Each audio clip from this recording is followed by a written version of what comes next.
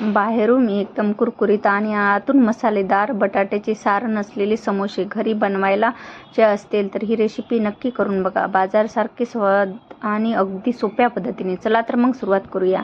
नमस्कार मंडळी, आज आपण बनवणार आहोत चहासोबत खायला अगदी परफेक्ट असा कुरकुरीत आणि चविष्ट बटाटा समोसा.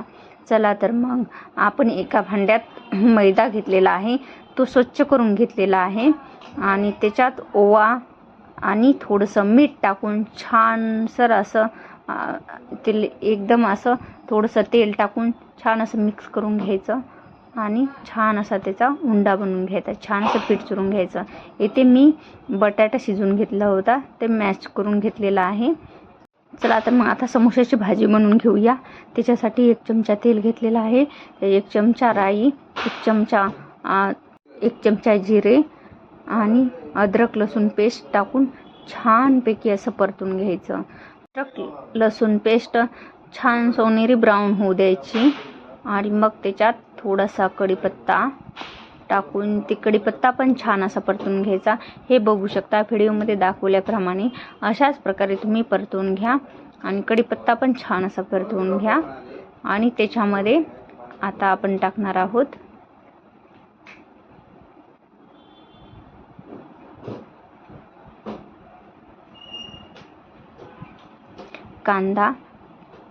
कांदा पण छान असा परतून घ्यायचा. गोल्डन ब्राऊन होऊ जेपर्यंत परतून घ्यायचा, कारण ते छान असा परतवलं तर भाजीला पाणी सुटत नाही, नाहीतर भाजीला पाणी सुटू शकतं.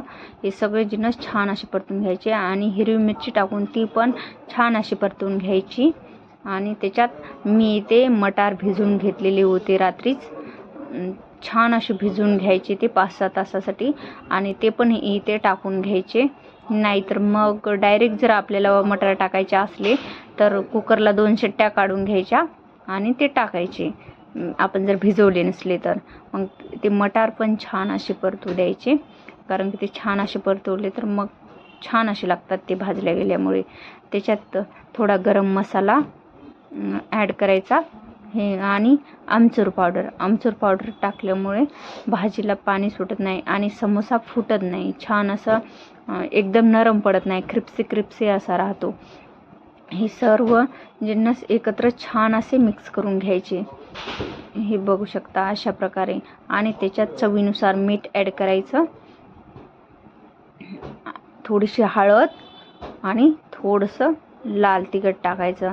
आपण हिरव्या मिरची घातली होती, पण आपण हिरवी मिरची ॲड केलेली होती तरी पण आपण ह्याच्यात थोडंसं लाल तिखट टाकायचं, कारण की याची चव आणखी छान वाढते. हिरवी मिरची मी थोडीच टाकली होती, त्याच्यामुळे इथे लाल तिखट मी थोडंसं ॲड करत आहे, अर्धा चमचा एवढं छोट्या चमच्याने. तुम्ही पण तुमच्या चवीनुसार त्यात ॲड करा.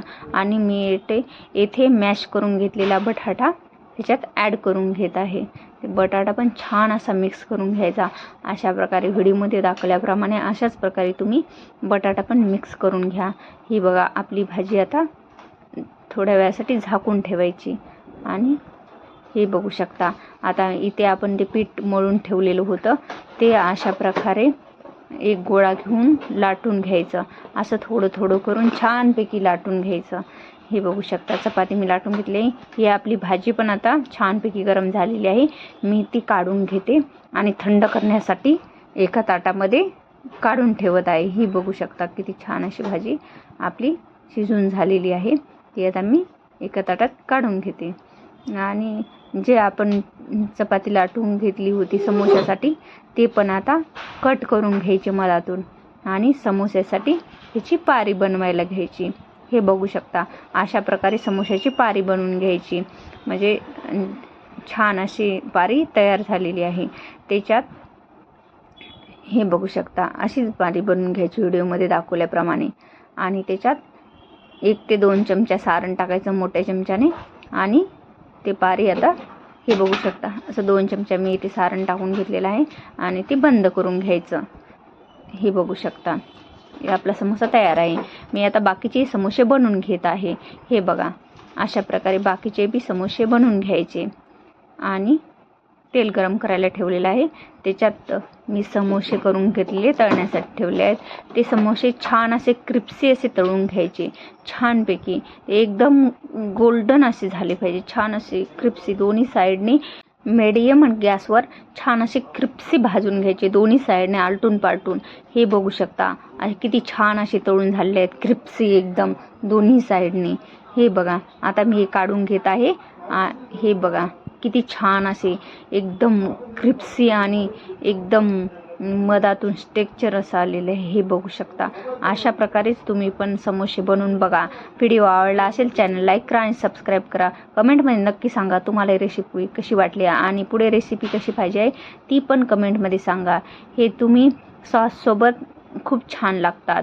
एकदा नक्की ट्राय करा ही रेसिपी, खूप छान अशी रेसिपी आणि एकदम सोप्या पद्धतीने. थँक्यू, धन्यवाद.